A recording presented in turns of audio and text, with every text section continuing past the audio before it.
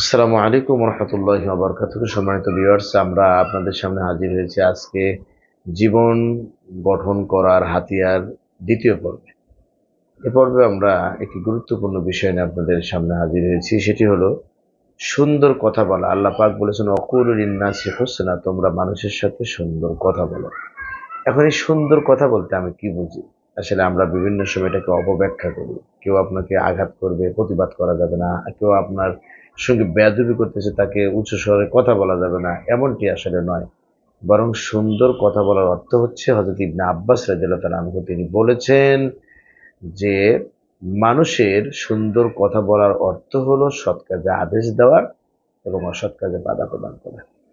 আমরা সুন্দর কথা বলার মাধ্যমে এই দুটি কাজ আমরা করতে পারি। কেননা মানুষকে দাওয়াত দেওয়ার পদ্ধতি আল্লাহ পাক তিনি শিক্ষা দিয়েছেন আমাদেরকে, উদু ইলা সাবিলি রাব্বিকা বিল হিকমাতি ওয়াল মাউইজাতিল হাসানা ওয়াজাদিলহুম বিল্লাতি হিয়া আহসান। তিনি এখানে দাওয়াত দানের পদ্ধতি আমাদের বর্ণনা করেছেন।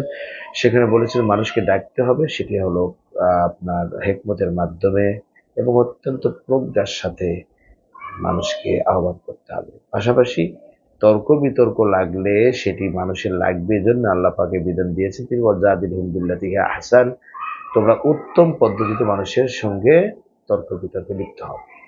আল্লাহ রাব্বুল আলামিন যেন আমাদেরকে সুন্দর কথা বলার মাধ্যমে সৎ কাজে আদেশ এবং অসৎ কাজে বাধা প্রদানে সম্পৃক্ত হওয়ার তৌফিক দেন। আসসালামু আলাইকুম ওয়া রাহমাতুল্লাহি ওয়া বারাকাতুহু।